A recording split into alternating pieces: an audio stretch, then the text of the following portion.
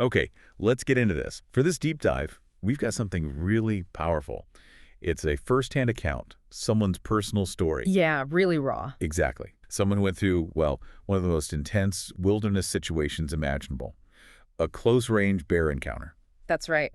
And we're not just looking at, general safety tips today. This is Mark Johnson's specific story, his terrifying experience camping solo. In Rocky Mountain National Park specifically. Mm-hmm.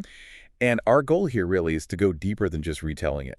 We want to dig into the details of his experience, look at those critical moments through his eyes, and really understand the lessons he took away from it. It's about what actually happens in a crisis, not just the theory, right? Totally.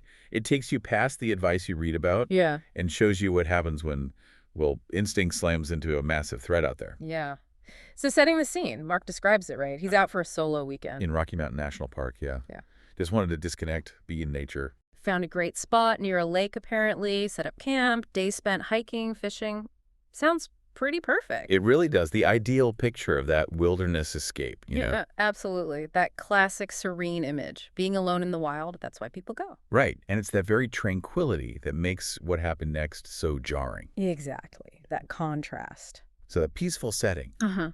that's where things start to shift. Yeah. As the sun's going down, Mark mentions this distinct feeling washing over him. Okay. He said the woods got eerily quiet, and this real sense of unease just started creeping in. Yeah. That's the wilderness kind of talking back, isn't it? What's fascinating is that intuition, that primal feeling. Uh-huh. It's often triggered by really subtle things, like maybe the birds suddenly stopping their calls or just a shift in the atmosphere. It kicks in before you consciously know why you feel uneasy. It's like our ancient alarm system firing up. Exactly, that deep wiring. So feeling this unease, this something's not quite right feeling, Mm-hmm. he decides, okay, time to head back to the campsite. Makes sense. And on the way back, he hears it. That sound you often hear out there rustling in the bushes. Right. And your first thought is probably... Yeah, exactly. He thought, okay, maybe a deer? Something small, harmless moving about. Which is, perfectly logical, happens all the time. But it just shows how fast things can change out there, doesn't it? Yeah. From just a background noise to potential danger. Instantly. Precisely. Because then he sees the movement more clearly. Mm-hmm. And suddenly, it's not a deer. A bear emerges from the trees. Wow. And he says his heart didn't just drop, it plummeted. That's the moment, isn't it? The piece is just shattered, gone. And it's not like seeing one way off in a meadow. No, this is close. It's right there. Yeah. Immediate presence. And he describes this flood of thoughts, like all the advice he had ever heard flashing through his mind. Make yourself look big. Make noise. Back away slowly. Maybe play dead. Depending on the bear, the situation, all that stuff. Right. But his immediate gut reaction, before any of that, What was it? freeze. Just solid freeze. Couldn't move. Ah, yeah.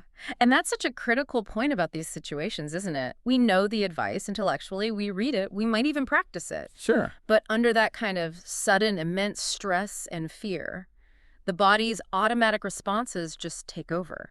Freezing, fight, flight, sometimes dissociation. It's hardwired. It is. Yeah. Freezing gives the brain just that split second to try and process an overwhelming threat. So he's frozen.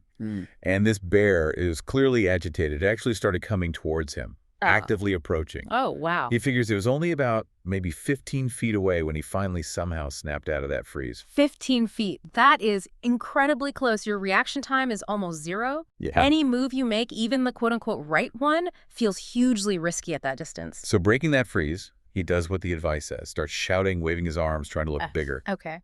and backing away, slowly, carefully, trying to keep his eyes on the bear. Yeah. But he said it didn't work. The bear wasn't deterred. It didn't back off. And that really hits on the unpredictability Mark talks about later. The standard deterrents. Yeah. They don't have a 100% success rate. Right. A bear's reaction depends on so many things.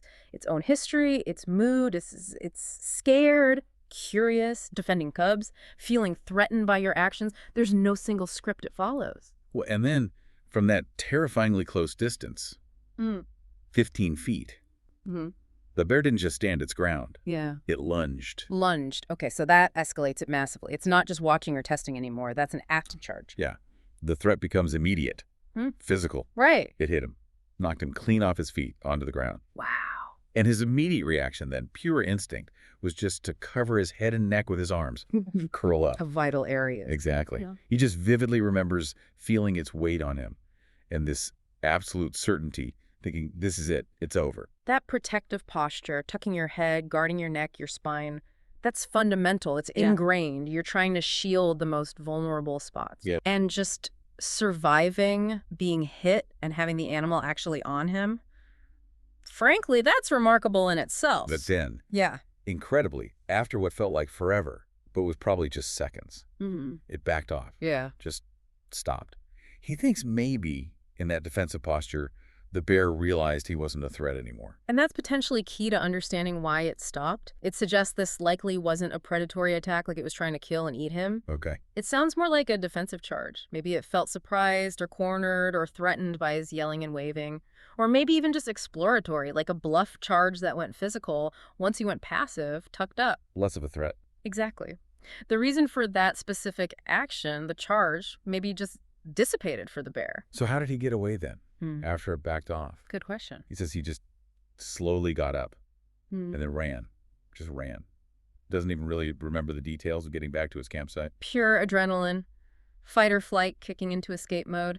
Your brain is just focused on distance and safety. The memory encoding of the specifics can get fuzzy. Right. He somehow managed to grab his stuff, got in his car, drove straight to the nearest ranger station. Understandably. He was obviously in shock, had some scratches, bruises, but amazingly, no serious, life-threatening injuries. After being knocked down and having a bear on top of you, that outcome is incredibly fortunate, truly harrowing. It really is. So, looking back at this incredibly intense personal story, what did Mark say were the big lessons for him?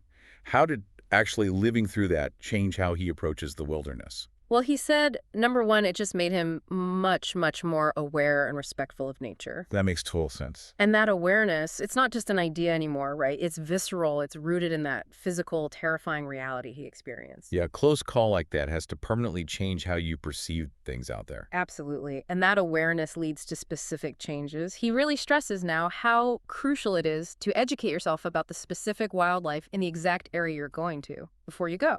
Not just general bear safety, but local knowledge. Right. What animals live there? What's their typical behavior? Are there recent reports or warnings? That kind of detail is vital. And he specifically mentioned now always carrying bear spray, which he hadn't done before. Which is such a critical point, especially in known bear country like Rocky Mountain National Park. Bear spray, when used properly. At a close range. Exactly the kind of range Mark was in. Studies show it's highly effective at stopping an aggressive bear's behavior. And it's non-lethal, which is better for everyone involved, including the bear. He also talked about this big shift in perspective, realizing you're just a visitor. Yes. You are in their territory. That's fundamental, isn't it? We talk about going into nature, but we are entering places that are already established homes for these animals. Yeah. Recognizing that really requires a different mindset. It means prioritizing how to minimize your impact and how to maximize your safety while you're in their space. So if we boil down the key takeaways from Mark's ordeal, it's that heightened awareness, a much deeper respect, doing your homework on local wildlife beforehand, having the right tools like bear spray. And really internalizing that you're a guest in their home. Right, that fundamental understanding. And underlying all of that, his final point was really about acknowledging nature's unpredictability alongside its beauty. Knowing the advice is one thing. But being mentally ready, physically prepared, having the tools. That's what actually gives you a fighting chance if things go wrong. So what does Mark's story, this really personal account, tell us listening to this? I mean, it starkly shows that instantaneous switch, right? From peace to extreme danger. Yeah, the terrifying reality of being that close, it shows that complex mess of panic, instinct, and trying to remember the rules when you're under unbelievable stress. And how sometimes, yeah, the outcome really might depend on the bear's specific actions in that moment, not just yours. It just powerfully reinforces all those lessons Mark learned the hard way. That need for awareness that's more than just looking around. Respecting that, it is wildlife territory. The huge value of specific local education. And yes, the critical role of having preparedness tools ready, like bear spray.